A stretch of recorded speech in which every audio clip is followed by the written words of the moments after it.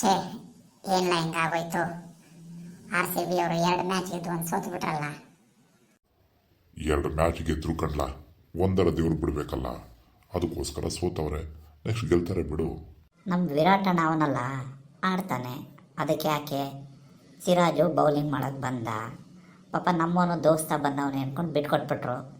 ಅವ್ರು ಉದಾರ ಮನ್ಸ್ಕೊಂಡ್ಲ, ಅದು ಸೋಲ್ಬೇಕು ಅಂತ ಸೋತಿಲ್ಲ. ಅದೇ ನಾನು ನೋಡಿದೆ, ಸಿರಾಜಣ್ಣ ಬೌಲ್ ಮಾಡಕ್ಕೆ ಹೋಗಿ ಭಾವುಕ ಆಗ್ಬಿಟ್ಟ ಕಂಡ್ಲ. ಅದಕ್ಕೆ ನಮ್ಮ ಕೊಹ್ಲಿ ಅಣ್ಣನಿಗೆ ಕನಿಕರ ಬಿಡ್ತು. ಅದಕ್ಕೆ ಔಟ್ ಆಗ್ಬಿಟ್ರು. ನೋಡು, ಬೇಗ ಬೇಗ ಔಟ್ ಆಗ್ಬಿಟ್ಟು ಅವ್ರಿಗೆ ಗೆಲ್ಸ್ಕೊಟ್ಬಿಟ್ರು. ಎಂಥ ಒಳ್ಳೆ ಮನ್ಸು ನೋಡ ನಮ್ದು ಆರ್ ಸಿ ಬಿದು. ಅದ್ರೊಳಗೂ ಗಿಲ್ಲಿ ಅಣ್ಣ ಬಂದ್ಬಿಟ್ಟ ಕಣ್ಲ, ಬಂದು ಕೊಹ್ಲಿ ಅಣ್ಣ ತಪ್ಕೊಂಡ್ಬಿಟ್ಟ. ಲಾಸ್ಟ್ ಮ್ಯಾಚ್ ಬೇರೆ ಸೋತಿದ್ರು. ಹಾಗಾಗಿ ಏನು ಮಾಡಿದ್ರು ಅಂದರೆ ಅವ್ರು ಗಿಲ್ಲಿ ಅಣ್ಣಗೆ ತಥಾಸ್ತು ಅಂತೇಳಿ ಬಿಟ್ಕೊಟ್ಬಿಟ್ರು. ಸೋತರು ಸರಿ, ಗೆದ್ದರು ಸರಿ. ನಮಗೆ ಆರ್ ಸಿ ಬಿನೇ ಗ್ರೇಟ್ ಗುರು. ಯಾಕಂದರೆ ಮನುಷ್ಯತ್ವದಲ್ಲಾಯಿತು, ಬಿಟ್ಕೊಡೋದ್ರಲ್ಲಾಯಿತು, ನಮ್ಮವ್ರು ಫಸ್ಟು. ನಾವೇ ಗೆಲ್ಲಬೇಕು ಅನ್ನೋ ಸ್ವಾರ್ಥ ಇಲ್ಲ ಅವರಿಗೆ. ಹಾಗಾಗಿ ನೋಡ್ಲಾ, ನಾವೆಲ್ಲ ಇಷ್ಟಪಡ್ತಿರೋದು ಅವ್ರನ್ನ. ಕೊಹ್ಲಿ ಏನು ಅನ್ಕೊಂಡ್ಬಿಟ್ಟಿದೀಯ ನೀನು? ದೇವರು ಕಂಡ್ಲ ಅವರು ಒಂದ್ಸತಿ ವರ ಕೊಟ್ಟರೆ ಮುಗಿದೋಯ್ತು.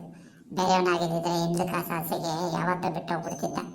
ಆದ್ರೆ ನೋಡ್ಲಾ, ಇಲ್ಲೇ ಆಡ್ತಾ ಇದ್ದಾರೆ ಅಂದರೆ ಅವ್ರ ಗತ್ತು ಗಮ್ಮತ್ತು ಅಂತ ಏನಂತ ಗೊತ್ತಾಗುತ್ತೆ ನಮಗೆ. ಹೌದೌದು, ಆರ್ ಸಿ ಬಿನ ಮೀರಿಸೋರು ಯಾರೂ ಇಲ್ಲ, ಮುಂದೆ ಹುಟ್ಟು ಇಲ್ಲ, ಮುಂದೆ ಹುಟ್ಟೋದು ಇಲ್ಲ. ಸೋತರು ಸರಿ, ಗೆದ್ರು ಸರಿ. ಜೈ ಆರ್ ಸಿ ಬಿ. ಜೈ ಆರ್ ಸಿ ಬಿ. ಜೈ ಆರ್ ಸಿ ಬಿ.